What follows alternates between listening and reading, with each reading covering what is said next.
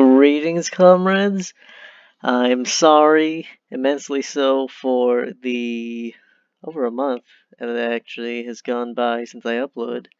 This playthrough was meant to be something that I could just play casually and not really worry about much of anything, but I think things have gotten a little bit rough.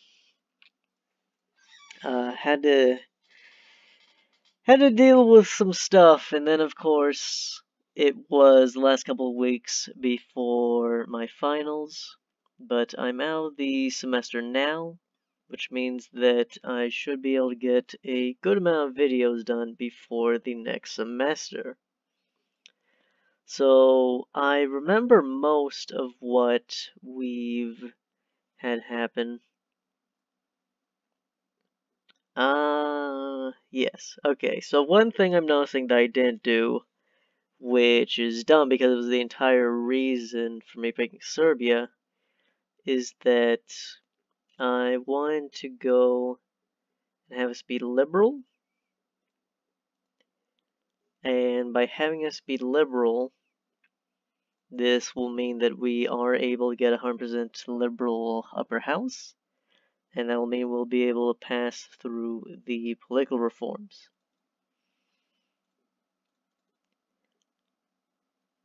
And once we have all the political reforms, we'll just switch to, well, what this game considers to be socialism, and then pass all the social policies. And that's kind of the problem, I would say, that this game suffers for me at least. Right here. Let's read this out. It actually just popped up. Karl Marx has published the Communist Manifesto, which has led to workers in France to found a party dedicated to advancing the agenda laid out therein. They call themselves socialists and believe in a land ruled by the workers, where the workers control the means of production. Equality, justice, solidarity, and democracy are other vital points in the socialist ideology. And this description is not actually that's wrong. It's actually pretty right, I would say. Worker control of the means of production. Then they also want equality, justice, solidarity, and democracy. Yes, all good. The problem is, and by the way, the country that this spawns in and other ideology spawns random. So you can either spawn in France or it could spawn in, I think it has to spawn in a great power. But it could spawn in France, or it could spawn even in the US of A, or it could spawn in Germany, where of course I believe historically it did. I mean, I know that Marx was German, though I don't know where he published the Communist Manifesto. But that's not important. Now, what is important is that, as I've probably stated before, socialists in this game are not actually socialists, they are social democrats. And as any good Marxist will know, social democracy has had its bit of a turbulent history, because at one point the Bolsheviks were called the Social Democrats. But nowadays, what it really means is that a social democrat is a welfare capitalist. They want capitalism, they don't want socialism, they just want capitalism that provides more for the workers. They want a less inhumane capitalism. And that's pretty much what it is in this game. So, for example, you have the radical faction for Serbia, and as you can see, they want state capitalism. So there isn't any sort of socialism. You have the exact same economic system that we have or not right now. But if we switch to nationalists, we would also have state capitalism. And what state capitalism effectively is just, you can put money into stuff and create new factories and create railroads and all that. But you also have the capitalists, who as a class can use their wealth in order to create more factories, and who are, of course, gain their wealth from those factories, whereas the aristocrats gain their wealth from the individual lands, the capitalists gain their money from the factories. And the problem is that even if you have communism in this game, if you have a planned economy, you still have capitalists. You still have capitalists under this game's planned economy. The only difference is that under planned economy, you have a tax rate at least 50%. Now, of course, the effective tax rate will be much lower than that, but the official tax rate will be 50% at the minimum, which is horrible because later on in the game, you will have a lot of money, but your individual pops will really be struggling to meet their needs because of a crisis of overproduction that occurs. And I just think that's really shitty. It's awful. The capitalists in a planned economy in this game, they don't do anything. They just take money. At least under other economic systems in this game, if you had state capitalism or interventionism, or especially laissez-faire, where the capitalists are the only ones who can really do anything, then they're helping along. They're producing extra factories with their wealth, but they just do nothing. They just do absolutely nothing, as they do in general in real life. But it's awful. It's just terrible. And even then, there is actually a bug where if you have a factory and you don't have any capitalists, let's say you just have workers, you haven't promoted any capitalists. For some reason, a good chunk of the factory profits just isn't paid out at all. It's as though the game, it's as if the game is actually forced to divvy up a certain percentage for the capitalists, and it can't give that out to the craftsmen or the clerks. And so as soon as you have even a single capitalist, then the profitability of your factories raises immensely. Or I don't know if it's the profitability, but the actual amount of wages that is paid out is vastly increased than what was prior. Which doesn't make any sense. Why would the profit just suddenly appear? And a good answer is that this is not a game that actually tries to model socialism. Right? You can't through Victoria 2 have your commie fantasies of creating a dictatorship of the proletariat in which the means of production are controlled by the workers and they get the full benefit of their labor. Now, all you can really do is be like, hey, those commies, the government controls everything. Which is sad.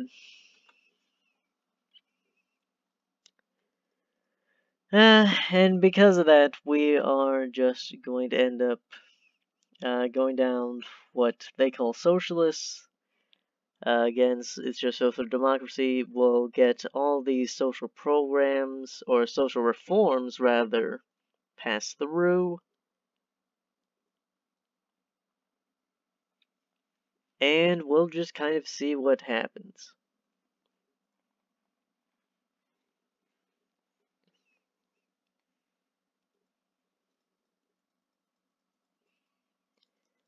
I really should have put this effort like sooner.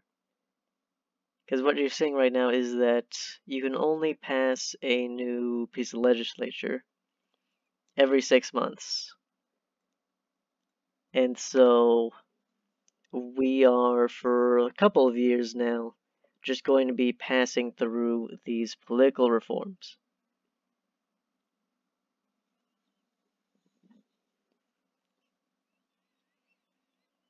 And one of the reasons being is, besides just wanting the political reforms, if we have our strat where we just get the socialists in, and then people do start suddenly wanting to have, let's see, oh right, I actually can't build anything with laissez-faire, so even railroads aren't that useful right now because we don't have any capitalists and we can't build it. But yeah, if we just kind of went right into socialists, we just got our government form changed, and went to socialists and started passing through these. If people wanted any other political reform, we would not be able to give it to them. We would have to basically waste a whole year just flipping back to liberalism in order to give them their reform, then switch back. And in general, it's just a mess. So we're just going to try to see if we can't go on ahead.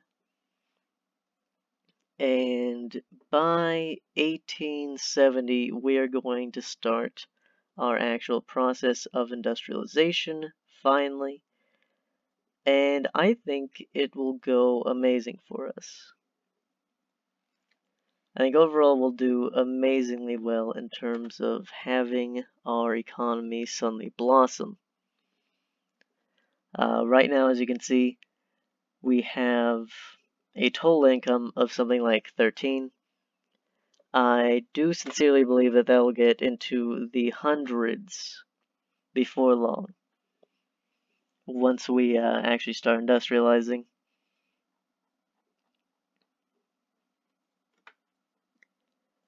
We can hope, at least.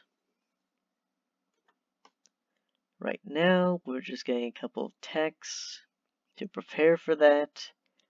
Right here in the commerce tree, what we're especially looking for are some of the inventions. As you can see, the tag itself gives mining and farming output, but the inventions over here give input efficiency, output efficiency, and throughput.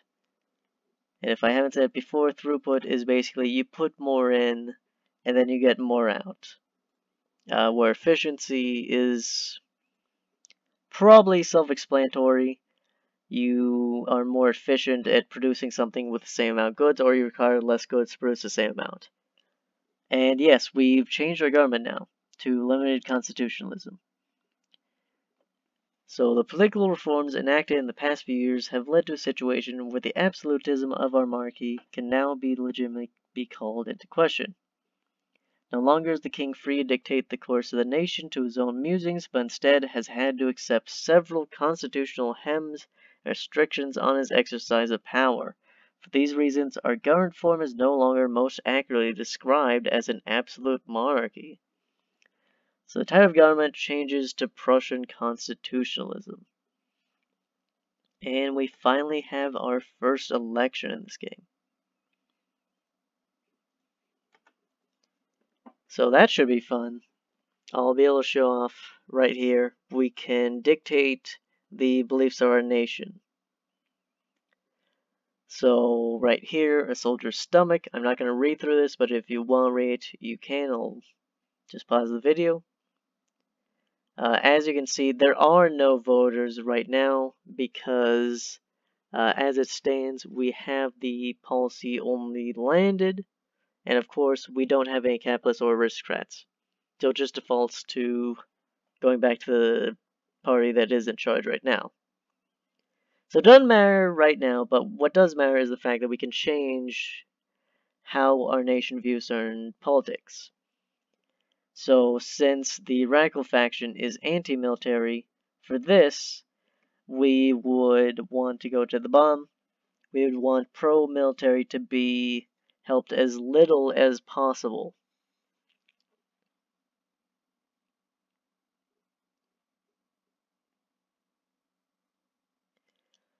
So once again, now war policy. Since we want anti-military, we're going anti-military. So all pops in Serbia become a little more partial to anti-military. And you can have a repeat of the same thing happen. Sometimes at the same, yeah, what am I trying to say? You can have the same sort of event occur twice in a row or in the same election cycle. And there are only really a couple because, of course, there are only a couple of different topics. Trade policy, economic policy, religious policy, citizenship policy, and war policy. And we've once again had our government be reformed, actually. The sweeping reforms to our party system that have been enacted during the past few years have turned our country from an absolute monarchy to a constitutional monarchy. The monarch, now serving as a symbolic head of state, no longer has the power to personally control and determine the fate of the nation, but is instead forced to accept the mitigating influences of pluralism and limited democracy. So long live the king, we now have His Majesty's government. And I think that's a good enough place to stop. In the next video, we are finally going to start industrializing, I believe. So, hopefully some people are still excited for this series. Hey, I'll see you next time.